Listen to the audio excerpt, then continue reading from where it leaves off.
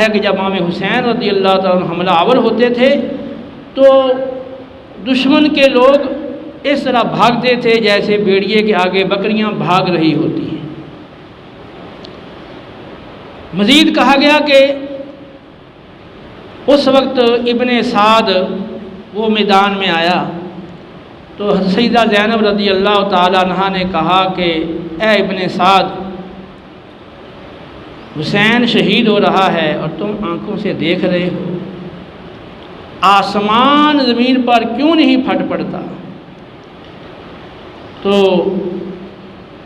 ابن سعد کی آنکھوں میں آنسو آ گئے اور وہ داڑھی تک بہتے چلے گئے اور اس نے اپنا رخ دوسری طرف پھیر لیا۔ ایسے آنسوؤں کا کیا فائدہ کہ آنسو نکلے لیکن آگے کوئی ایسا عمل نہیں ہوا جو ان آنکھوں کے صدق پہ دلالت کرتا۔ حمید بن مسلم کا کہنا ہے کہ سیدنا امام حسین رضی اللہ تعالی عنہ نے ان لوگوں کو کہا کہ اے لوگو، اگر تم مجھے قتل کرو گے تو یاد رکھو کہ میرے بعد کسی ایسے انسان کو قتل نہیں کرو گے جس کے قتل پر رب میرے قتل سے زیادہ ناراض ہو، اور مجھے تو امید ہے اپنے رب کی بارگاہ سے کہ اللہ تعالیٰ مجھ پر تو کرم فرمائے گا لیکن تم لوگوں کو ذلیل فرمائے گا اور تم سے اس طرح بدلہ لے گا، انتقام لے گا کہ تم حیران ہو جاؤ گے۔ تمہارا آپس میں کشت و خون کرا دے گا اور تمہارے خون کی ندیاں بہا دے گا، اور پھر اسی پہ بس نہیں کرے گا، پھر ایسے کئی گنا بڑھ کے آخرت میں تمہیں عذاب دے گا۔ تو اس کے بعد امام حسین رضی اللہ تعالیٰ عنہ اسی حالت میں رہے، اور وہ لوگ اس وقت اگر امام حسین رضی اللہ تعالیٰ کو شہید کرنا چاہتے تو بآسانی کر سکتے تھے، کہ ان میں سے ہر ایک دوسرے کے پیچھے چھپتا تھا اور چاہتا تھا کہ میرے بجائے دوسرا یہ کام کرے۔ اتنے میں جب شمر نے یہ حالت دیکھی تو پکار کر کہنے لگا، تم پر وائے ہے کہ تم اس شخص کے بارے میں اب کس چیز کا انتظار کر رہے ہو؟ تمہیں تمہاری ماں روئے، اب انہیں جلدی قتل کرو۔ پھر چاروں طرف سے وہ لوگ حملہ آور ہوئے۔ زرع بن شریک نامی شخص نے آگے بڑھ کر تلوار کا وار کیا جو آپ کے بائیں ہاتھ کی ہتھیلی پر پڑا۔ اس وقت آپ کی حالت یہ ہو گئی تھی کہ آپ اٹھتے تھے اور پھر زمین پہ گر پڑتے تھے، پھر اٹھتے تھے، پھر گر پڑتے تھے۔ پھر وہ لوگ کچھ دیر کے لیے پیچھے ہٹ گئے، اور پھر ان میں سے سنان بن انس نخی نامی شخص آگے بڑھا تو اس نے برچھی کا وار کیا، جس سے سیدنا امام حسین عالی مقام رضی اللہ تعالیٰ عنہ زمین پر تشریف لے آئے۔ پھر اس نے خولی بن یزید اصبہی کو کہا کہ آگے بڑھ کر حسین کا سر کاٹ لو۔ وہ آگے بڑھا اور سر کاٹنے لگا تو اس پہ کپ کپی طاری ہو گئی۔ تو سنان بن انس نے کہا کہ اللہ تیرے ہاتھوں کو کاٹ دے اور بازوں کو توڑ دے، یہ چھوٹا سا کام تم نہیں کر سکتے ہو۔ پھر وہ اپنی سواری سے خود نیچے اترا اور اس نے تلوار کے ساتھ ذبح کرتے ہوئے سیدنا امام حسین علی مقام رضی اللہ تعالیٰ عنہ کا سر اقدس تن سے جدا کر دیا۔ انا للہ و انا الیہ راجعون۔ پھر اس نے وہ سر خولی کو دے دیا، اور سنان بن انس کی اس سے پہلے یہ کیفیت تھی کہ جو بھی امام حسین کی طرف بڑھتا تھا وہ خود اس پہ حملہ کر دیتا تھا کہ کہیں امام حسین کا سر یہ نہ لے جائے، یعنی یہ انعام نہ حاصل کر لے کہیں سر لے جا کر، تو لہذا میں ہی ان کا سر لے کر جاؤں۔ اس لیے وہ جو امام حسین کی طرف بڑھتا تھا وہ خود ہی اس پہ حملہ کر دیتا تھا۔ اور آپ اس پورے واقعے پر آپ غور کریں کہ یہ وہ شخصیت ہیں جن کے فضائل و مناقب قرآن و سنت میں آئے ہیں، اور رسول اللہ صلی اللہ علیہ وسلم کا ان کے ساتھ کیسا پیار تھا، کیسا والہانہ ان سے محبت تھی، اور کس قدر ان کے ناز نبی کریم علیہ السلام اٹھایا کرتے تھے، اور ان کی شان و عظمت سے کون آگاہ نہیں۔ اور وہ لوگ جو مقابل میں تھے اور جنہوں نے یہ سارا کام کیا وہ بھی اچھی طرح جانتے تھے، سب کچھ انہیں معلوم تھا۔ اور پھر انتہا درجے کا ظالمانہ سلوک اور انداز اختیار کیا گیا جو عام فرد کے ساتھ بھی اختیار نہیں کیا جاتا۔ سیدنا امام حسین کو یہ اندیشہ تھا کہ یہ میرا پاجامہ نہ اتار لیں، اس لیے میں نے پہلے بتایا کہ انہوں نے وہ مضبوط پاجامہ منگوایا تھا اور اس کو پھاڑا تھا بھی، یہ پھٹا ہوا سمجھ کے چھوڑ دیں گے۔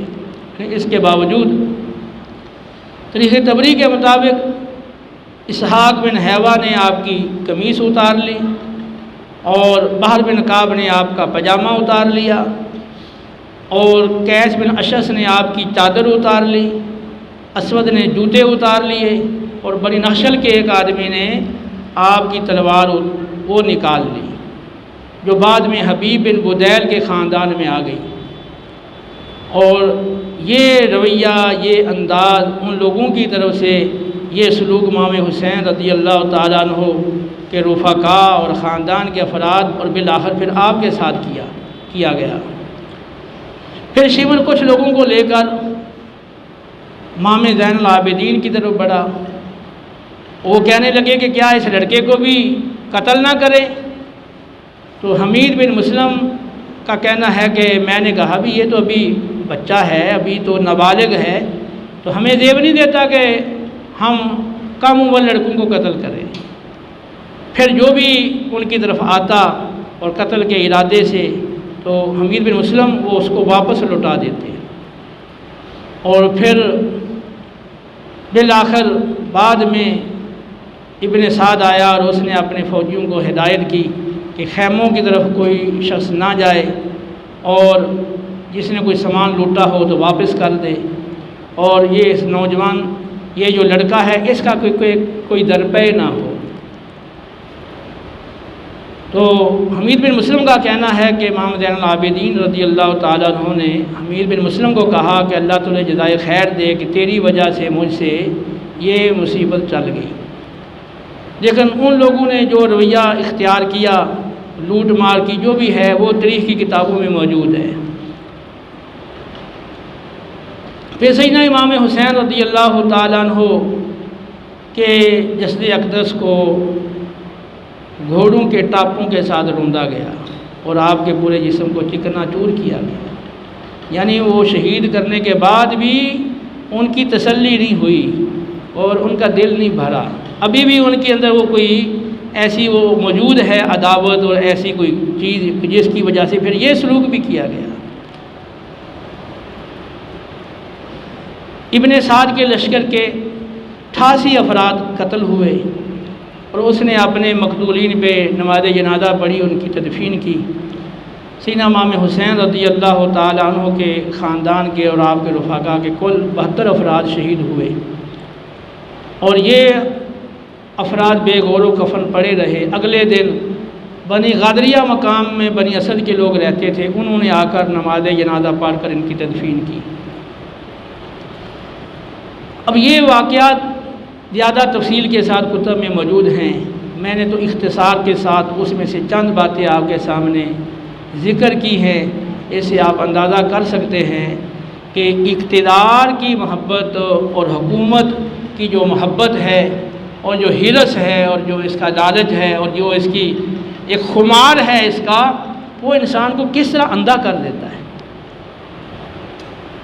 اللہ رب العالمین نے کیسے واضح فرمایا کہ اے منافقو تم سے یہی توقع ہے کہ اگر تمہیں حکومت مل جائے تو زمین میں فساد برپا کرو گے اور رشتوں کو کاٹ دو گے، تو ان لوگوں پر اللہ کی لعنت ہے۔ اللہ نے انہیں بہرا کر دیا، آنکھوں سے اندھا کر دیا۔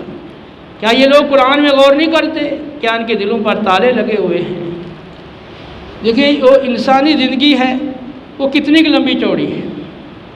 1000 سال بھی عمر پا لے تو آخر تو موت ہی ہے نا۔ لیکن ہماری زندگیاں تو ویسی چھوٹی چھوٹی ہیں۔ نبی کریم علیہ السلام کی امت کے افراد کی زندگیاں پہلی امتوں کے مقابلے میں بہت چھوٹی ہیں۔ اب یہ ساری چیزیں ان لوگوں کو بھی معلوم تھی جنہوں نے امام حسین رضی اللہ تعالیٰ عنہ کا محاصرہ کیا، ان کو روکا، پانی بند کیا، طرح طرح کے ظلم و ستم ڈھائے، صرف آپ پر ہی نہیں، آپ کے دیگر جو قریبی عزیز تھے ان سب پر۔ تو وہ لوگ کلمہ تو پڑھتے تھے اور مسلمان تو کہلاتے تھے، لیکن یہ قرآن و سنت کی ساری تصریحات ان کی شان و عظمت کی ان کے سامنے نہیں تھی۔ یرید اللہ لیذھب عنکم الرجس اہل البیت، یہ آیت تطہیر، آیت مباہلہ، آیت مودت اور دیگر ساری احادیث یہ ان کے سامنے نہیں تھی، یہ سب پتہ تھا۔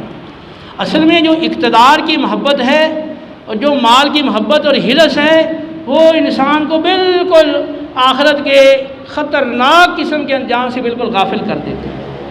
ترمذی اور ابن ماجہ کی روایت ہے، نبی کریم صلی اللہ علیہ وسلم نے فرمایا کہ دو چیزیں انسان کے دین کو سب سے زیادہ نقصان پہنچاتی ہیں، ایک عہدے کی، اقتدار کی، حکومت حاصل کرنے کی جو حرص ہے، اور دوسرا جو دنیاوی مال جمع کرنے کی اور اس کی کثرت کی جو حرص ہے، یہ دو چیزیں انسان کے دین کو سب سے زیادہ نقصان پہنچاتی ہیں۔ آپ اب دیکھ لیں کہ جنہوں نے امام حسین رضی اللہ تعالیٰ عنہ اور آپ کے خاندان کے افراد کا جو سلوک کیا وہ کس لیے کیا ہے؟ حکومت بچانے کے لیے کیا ہے، اقتدار کی مضبوطی کے لیے کیا ہے، اور بہت سارے وہ افراد تھے جنہوں نے انعامات کے لالچ میں کیا ہے کہ ہمیں گورنری مل رہی ہے، ورنہ ہم یہ کام نہیں کرتے تو ہماری گورنری چلی جائے گی۔ تو ان لوگوں نے دنیاوی مال، دنیاوی انعامات، دنیاوی حرص اور اقتدار اور حکومت کی خاطر یہ سارا کچھ کیا۔ اس سے پتہ چلتا کہ یہ چیز اتنی خطرناک ہے اور اس کا جو خمار اور نشہ ہے وہ اس طرح بندے کو بدمست کر دیتا ہے کہ اس کو بھیانک انجام اپنا نظر نہیں آتا۔ اور یہ واقعہ کربلا، یہ باقی جو بھی پوری تاریخ عالم کے اندر جو واقعات ہوئے ان سے اس لحاظ سے منفرد ہے کہ پہلی امتوں میں کبھی ایسا نہیں ہوا کہ کسی نبی کے خاندان کے ساتھ اس نبی کی امتی ایسا سلوک کریں، کلمہ پڑھنے والے ایسا سلوک کریں جیسا کہ امام حسین اور آپ کے خاندان کے ساتھ کیا گیا۔ تو یہ واقعہ ہمیں کیا درس دیتا ہے؟ اس پہ ذرا غور کریں۔ یہ واقعہ ہمیں درس دیتا ہے کہ جو ہم نے اپنے رب سے وعدہ کیا ہے کہ اے اللہ جنت کے بدلے میں ہماری جان تیری اور ہماری جان اور ہمارا مال تیری راہ میں صرف ہوگا، تیرے دین کے غلبے کے لیے صرف ہوگا۔ جہاں تیرے دین کے لیے مال اور جان کی ضرورت پڑے گی ہم پیچھے نہیں ہٹیں گے، ہم سب کچھ قربان کر دیں گے، لوٹا دیں گے اور دین کو بچائیں گے۔ تو امام حسین کی شہادت ہمیں یہ درس دیتی ہے۔ ساتھ ساتھ یہ درس ملتا ہے کہ جو مال و دولت کی اور حکومت اور اقتدار کی جو حرص ہے وہ انسان کو بالکل اندھا کر دیتی ہے، اور اس کو وقتی طور پر کچھ نظر نہیں آتا کہ میں کتنا بڑا وہ خطرناک کام کر رہا ہوں، کتنا بڑا غلط کام کر رہا ہوں، وہ اپنی آخرت کو ہمیشہ کے لیے برباد کر رہا ہوں، دنیا کو بھی تباہ کر رہا ہوں، اس کو نہیں یہ نظر آتا۔ جیسا کہ آپ کے دشمنوں نے سارا معاملہ کیا، جبکہ وہ سب کچھ جانتے تھے لیکن وہ اندھے ہو گئے، بالکل بہرے ہو گئے، ان کو کچھ نہیں پتہ چلا کہ وہ کیا کر رہے ہیں۔ تو یہ درس بھی ہمیں یہاں سے ملتا ہے۔ اب ہم اپنی حالت کا جائزہ لیں کہ ہم میں سے کوئی ایسا تو نہیں کہ اقتدار کی خاطر اور مال کی خاطر وہ بھی آخرت سے غافل ہو گیا ہو، قرآن و سنت سے غافل ہو گیا ہو۔ اور امام حسین رضی اللہ تعالیٰ عنہ کی شہادت جو ہمیں درس دیتی ہے کہ دین کی خاطر سب کچھ قربان کریں، تو اس سے غافل ہو گیا ہو۔ ہر بندہ اپنا جائزہ لے، آج ہماری کیا حالت ہے، کس پوزیشن کے اندر ہے؟ اتنی بڑی مسلمانوں کی پوری دنیا میں تعداد ہے، پھر بھی اسلام مغلوب ہے، پھر ہی مسلمان ہر جگہ پر مار کھا رہے ہیں۔ کشمیر کا مسئلہ، افغانستان کا مسئلہ، عراق کا مسئلہ، اور شام برما کا مسئلہ، فلسطین کا مسئلہ، ہندوستان میں مسلمانوں پر جو ظلم ہو رہے ہیں ان کا مسئلہ، پھر پاکستان میں کون سا کمی ہے؟ یہاں بھی سب کچھ ہو رہا ہے۔ تو کیا پھر ہماری زندگی کا کیا مقصد ہے؟ یہ ساری چیزیں ہو رہی ہیں اور ہم کس نام کے مسلمان ہیں؟ اور ہم جو کلمہ پڑھ رہے ہیں تو ہم اس کلمے کا کیا حق ادا کر رہے ہیں؟ یا ہم امام حسین سے یا اہل بیت اطہار سے جو محبت کے دعوے کرتے ہیں تو وہ کیا، اس محبت کا کیا تقاضا ہے کہ بس اسی طرح یہ سارا کچھ دیکھتے رہیں جو اسلام پہ گزر رہی ہے، جو بیت رہی ہے، اور جو مسلمانوں پہ حالات گزر رہے ہیں بس ان کو آنکھوں سے دیکھ لیں اور سن لیں اور ٹاس سے مس نہ ہوں اور اپنی عیاشیوں سے باز نہ آئیں، عیش و عشرت سے باز نہ آئیں اور دین کے لیے تھوڑی سی تکلیف برداشت نہ کریں؟